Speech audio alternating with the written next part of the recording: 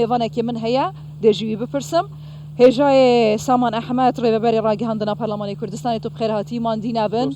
هەوا ڕۆژێکا گەلەکە بقەرە باڵغ دەست بکرد و بخێرێ دەست بکرد خێرێ دماهیک بێتن زۆر سپاس ئەڤروکا هەوا چی کردە زۆر بەخێر بێن بۆ پەرلەمانی کوردستان تەبیعی ئەوڕۆکە ڕۆژێکی مێژوویە بۆنەیەکی سیاسی گەورەی یاساییە لە هەرێمی کوردستان بەم بۆنێەوە پیرۆزبایی لە خەڵکی هەرێمی کوردستان دەکەین مێدەوارین 4 ساڵی داهاتوو کاری پەرلەمان پڕ بێت لە ئارامی لە دەرچواندنی یاسا چکە ئێمە کۆمەڵێک یاسای گرنگ هەیە کاروەکو هێزولانە سیاسی بەڕێزەکان لە بانگەشەی هەڵبژاردن کاریان لەسەر کردووە ئێمەش دەخوازین لێرە بۆ 4 ساڵی داهاتوو بە ئارامی تێپەڕیوە زۆرترین یاسا لەم خولەی پەرلەمانی کوردستان دەربچێندرێت و پەرلەمانی کوردستان لە ئێستادا وەکو خۆتان دەبینین ئامادەکاری دەکەن پێشوازی لە کاندیدە سەرکەوتوەکان دەکەن لێرە سەرۆکایەتی دیوانی پەرلەمانی کوردستان پێشوازی دەکەن لە کاندیدە سەرکەوتوەکان بۆ ئێمە وەکو بەڕێبەراتی ڕاگەیاندنی پەرلەمانی کوردستان دانیشتنەکە بەکراوەیە بۆ سەرجەم میدیاکانە هەروەکو تازەش جەنابەت ئاماژەت پێکرد دەبینی ژمارەیەکی زۆر لە دەستگاکانی ڕاگەیاندن لێرە ئامادەن ژماریان چەندە ئەوانە ناوخۆ و دەرەکی ناوخۆ و دەرەوەنە بەڵام ئەو کەناڵە فەرمیانەی کە لە هەرێمی کوردستان تۆمار کراون ئەوانە مافیان هەیە بێن ڕووماڵی ژماریان تقریبا 36 کەناڵن کە لێکواندا ئامادە بوون بەڵام هێشتا ماون تقریبا ساعتێک ماوە هێشتان ئەوانش سەبر پەیوەندیان کردەوە داخلی ژوورە دەبن ئەوەی جێگای خۆشحاڵیە ئێمە لە پەرلەمانی کوردستان هەرزوو ئامادەکاریمان کردە بۆ ئەم دانیشتنە لە پێشووتریشدا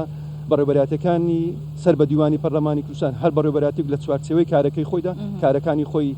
ڕاپەڕاندووە ئێمە وەکو بەڕێوەبەراتی ڕاگەیاندنی پەرلەمانی کوردستان هۆڵی دانیشتنی پەرلەمان لە ڕووی تەکنیکی و لە ڕووی هونەریەوە هەمووی حازری بۆ کراوە بەڕێوەبەراتی کاروباری پەرلەمان لیستی و ناوی ئەو کەسانەی کە سەرۆکی فراکسیۆنەکە ئەعلانیان کردی ئەوانە لە پێشی هۆڵێکی دادەنیشن دوا بەدوای ئەوەی بەپێی ڕێزبەندی پیتی کوردی ئەندامان دانرا و هەم بەپێی ڕێزبەندی پیتی کوردیش بانگی سوێن خواردنیان بۆ دەکرێت لەگە خۆڵی ڕابردوو 11 پەرلەمانتەر کەمی کردوونە چ لە کورسیەکان دەکرێن یعنی هەر بە بەتاڵی دەمێننەوە یانیش زۆر پرسیارە لە ئێمە دەکرێت دیزایانی ناو هۆڵی پەرلەمانی کوردستان چی بەسەردەیان بەنیازن چی بکەن لە ئێستادا دیزایانی ناو هۆڵی دانیشتنی پەرلەمانی کوردستان وەکو خۆیەتی هیچ دەستکاری ناکرێتن 111 کورسی ڕاستە لە ڕووی ئەوەی قانونی کە 111 کورسی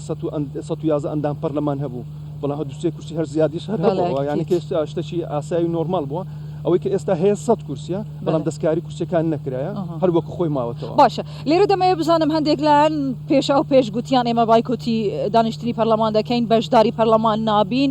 ئیتر شتی ئەوها هیچ کەسێک ئێوەی دا یعنی ئاگادار کردەوە کە نایێت بەشداری کۆبوونەوە کە نابێ هیچ لایەنێکی سیاسی هیچ پەرلەمانتەرێکی کە سەرکەوتوو بووە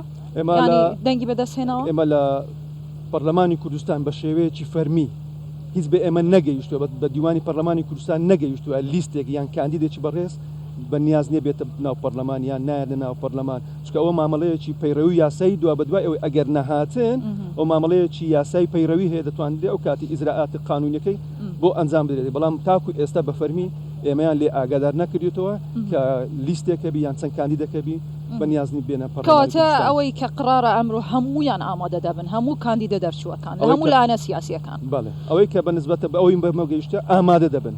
بەڵام ئەگەر لیستێک نایە یان چەند کاندیدێک نایە ئەو بە فەرمی بە ئێمە ڕانەگەێنرا ئەوە لە دەرەوە بە ئێمە ڕاگە یانی ئێمە لە ئەعلامەکانەوە بیستمانە لەوانێت چەند کەسێک نیە کاک سامان لەوەتەی هاتیمە دیتم هژمارێکی زۆر دێنێنەر و سەرکۆنسڵی وڵاتەکانیش لێرە ئامادە بوون ئەوان لۆچە هاتینە ئەوان تەبیعی لەسەر بانگشتی پەرلەمانی کوردستان نەبوو خۆیان داوایان کرد زۆریان هەبی ئامادە بن لێکوانە قونسڵەکان زۆرن تقریبا 19 قونسڵخانەنە کە قونسڵ و ئەوانە کە دێن بەشدار دەبن لەو مەراسیمە ئەوان لە چێدا دەنیشن ئەوان شوێنیان هەیە لەسەرەوە شوێنی میوانان لەناو هۆڵی دانیشتی پەرلەمان شوێنێک هەیە تایبەتە بە میوانان ئەلێەوە دادەنیشن تەرجمەیان و دانرایە وەرجێڕیان بۆ دانراوە بە هەموو زمانەکە چکە ئێمە قونسڵخانەی تورکیا دێ ئێران دێ ئەمریکا دێ بەریتانیا دێ رووسیا دێ مصر دێ کۆریای باشوور دێ ئەوانە هەموو حزوریان دەبێت بۆچی ئەم دانیشتنە ئەوەندە لە بوو ئەوانیش گرنگە ئەوە دیارە لەسەر خواست بوو چکە ئێمە لە بیرمان نەچێت چکە نزیکەی بۆ ساڵێک و 6 مانگ دەبێت دوای بڕیارەکەی دادگای اتحادی فدرالی کە بڕیارە سەردا هەموو جیهان چاوی لەسەر هەرێمی کوردستان بۆیە ئەوانیش بە خۆشحاڵیەوە لەسەر داواکاری خۆیان کرد دەسەداواکاری خۆیان بەڵێ. داوایان کرد بەشداری لەم دانیشتنی پەرلەمانی کوردستان بکەن. باشە جیاوازی دەستپێکردنی ئەم خۆڵە و هاتنی پەرلەمانتەرەکان لەگە خۆڵی پێنجەم لە بۆ ئێوە چ بوو چ گۆڕانکاریەکتان کردووە؟ ئەوەی کە تەنیا یەک گۆڕانکاری ئەوەی کە قونسوڵەکان لێرە هاتن بەشداریان کرد. بەڵێ. ئەوەش لەسەر خواست و ویستی خۆیان بوو ئەگەنا بە هەمان میکانیزمی پێشووتر خولەکانی پێشووتر هەمان میکانیزم جیراوەتە بەر بۆ ئەوانیش. باشە کەواتە دانیشتنی ئەمڕۆکە لە بوو مەدیای کراوە دەبی هەمومان دەتانین ببینین لە کاتی سین خواردنی پەرلەمانتەرەکان. بەڵێ بێشک هیچ برگایەکی دیکە زیاد ناکرێ یانیش پێشبینی دەکرێت زیاد بکرێت چونکە دەیان گوت لەوانەیە لاەنە سیاسیەکان گفتوگوی بکەن لە پێش دانیشتنەکە دەکرێت گۆڕانکاری بەسەر کارنامەکەدا بێ؟ نا ئێمە بابەتە سیاسیەکان بۆ لایەنە سیاسی بەڕێزەکان بەجێدێڵین هەر بابەتێکی سیاسی ڕێکەوتنێکی سیاسی هەبێ ئەو بۆ ئەوان بەزێ دێڵین وەکو پەرلەمانی کوردستان ئێمە دواتر ئەگەر ڕێکەوتنێکی سیاسی هەبی پەرلەمانی کوردستان ئیتارێک چوار دەیخاتە چوارچێوێکی قانونی و بەرنامەکاری بۆ دادەچوو بەڵام ئەوەی کە من بزانم هەر بریتی دەبی لەو چوار خاڵی کە لە بەرنامەی کاری بەکراوەی دەمێنێتەوە بەکراوەی ئەوە دەمێنێتەوە سەر بەڕێوچوونی دانیشتنی پەرلەمان. کاک سامان هیچێکی دیکەت هەبوو بڵێ لەسەر ئاوڕۆکە؟ نا هەر ئەوەیە کە من هیچ کێشەیەکتان هەیە؟ هیچ کێشەیەکمان نییە سوپاس بۆخوا هەموو شتێک ئامادەکاریەکان بە باشی بەڕێوە دەچێتن هەموو شتێک ئامادەیە. زۆر سپاس دەکەم کاک سامان ئەحمەد ڕێبەبەری ڕاگەهاندنە پەرلەمانی کوردستانی ماندوومان کردی زۆر سپاس دەکەم.